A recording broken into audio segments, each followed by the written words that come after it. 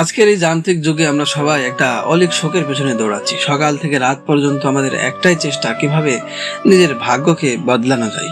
কিন্তু আপনি কি কখনো ভেবে দেখেছেন, গভীর রাতে যখন পুরো পৃথিবী স্তব্ধ হয়ে যায়, ঘুমিয়ে পড়ে, যখন বনের পাখিরা ঘুমিয়ে পড়ে, ঠিক সেই মুহূর্তে প্রকৃতির এক গোপন আদালত বসে। আমাদের প্রাচীন উপনিষদ থেকে শুরু করে আধুনিক কর্ণ ফিজিক্স, সব জায়গাতেই একটা কথা বারবার বলা হয়েছে, এই মহাবিশ্ব আসলে কোনো ভাষা, মানুষের মুখের ভাষা বুঝে না। সে বুঝে কেবল তরঙ্গের ভাষা। আপনার অন্তরের ভিতরে কি চলছে আপনি কি জানেন?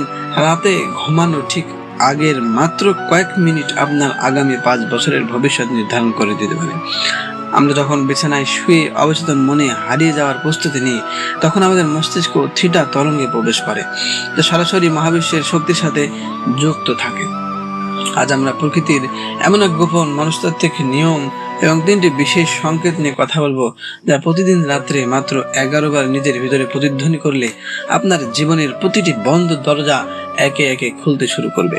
এই গভীর রহস্যটি জানার জন্য আজকের এই যাত্রাটি আপনাকে একদম শেষ পর্যন্ত মন দিয়ে অনুভব করতে হবে।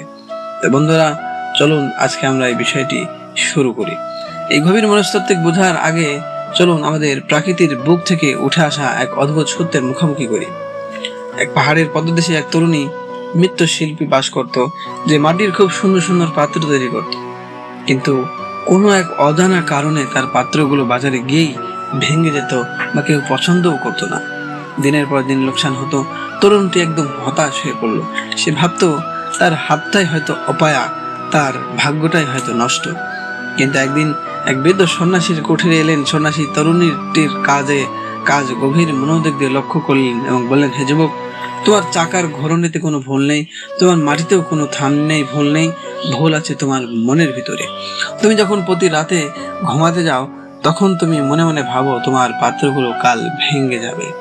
তোমার এই অবচেতন মনের নেতিবাচক শক্তি মাটির পাত্রগুলোকে ভেতর থেকে ভঙ্গুর করে দিচ্ছে। সন্ন্যাসী সেই কথা শুনে তরুণটি স্তব্ধ হয়ে গেল। সে বুঝতে পারলো, বাইরের পৃথিবীর ব্যর্থতা আসলে তার ভিতরের নেতিবাচক চিন্তারই প্রতিফলন করছে।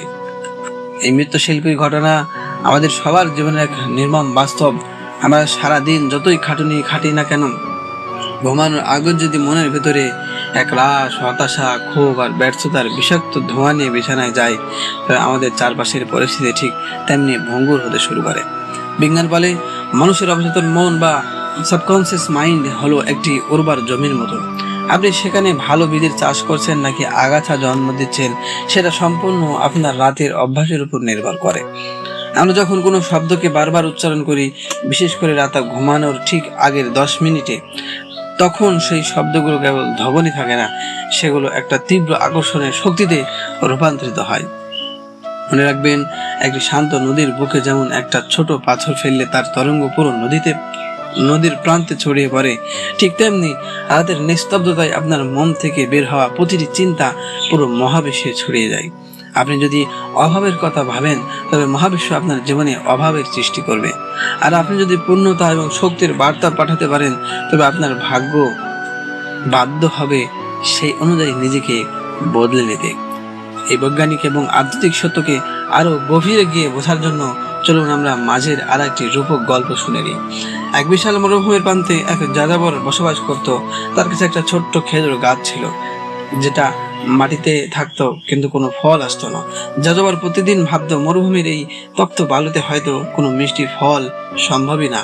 একদিন এক মরমী সাধক সেই পথ দিয়ে যাওয়ার সময় যাযাবরকে বললেন, তুমি এই গাছটিকে মরুভূমির উত্তপ্ত বালুর দিকে তাকিয়ে শুধু অভিশাপ দিচ্ছ। কিন্তু তুমি জানো না, খেজুর গাছের শিকড় মাটির নিচে কয়েকশো ফুট গভীরে গিয়ে জলের সন্ধান করতে পারে। তুমি শুধু প্রতিদিন রাতে ঘুমানোর আগে গাছটির পাতায় হাত রাখবে এবং বলবে, তোমার ভিতরে একটা মহা সমুদ্র লুকিয়ে আছে। তো যাযাবর অবাস্তব মনে হলেও সাধকের কথাটি বিশ্বাস করলো।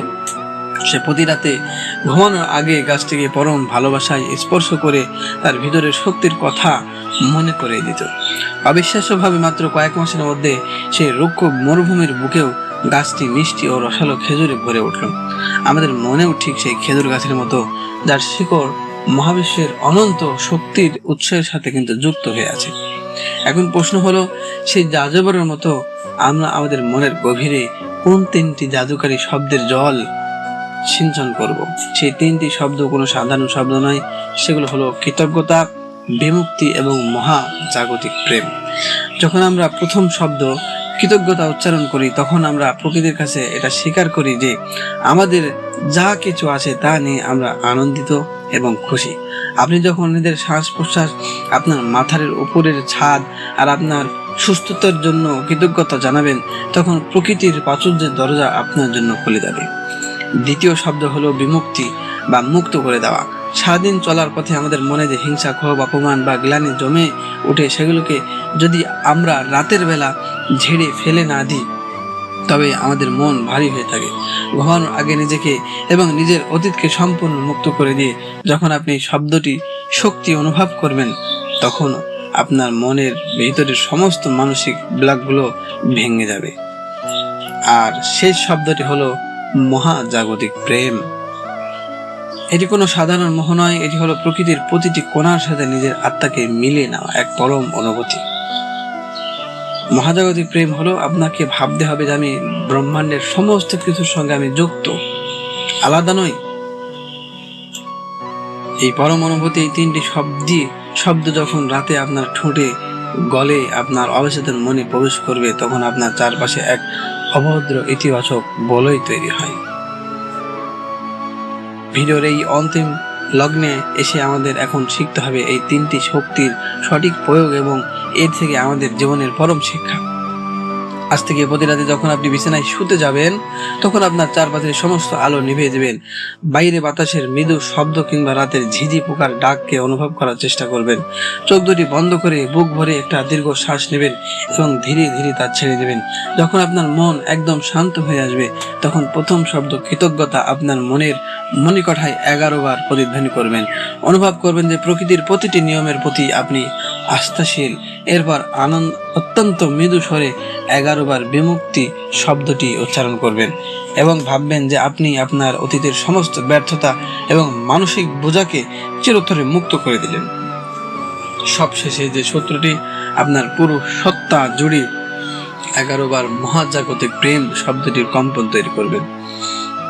এই সম্পূর্ণ প্রক্রিয়াটি থেকে আমরা এই শিক্ষাই পাই যে ভাগ্য কোনো পূর্ণ নির্ধারিত জুয়া খেলা নয়।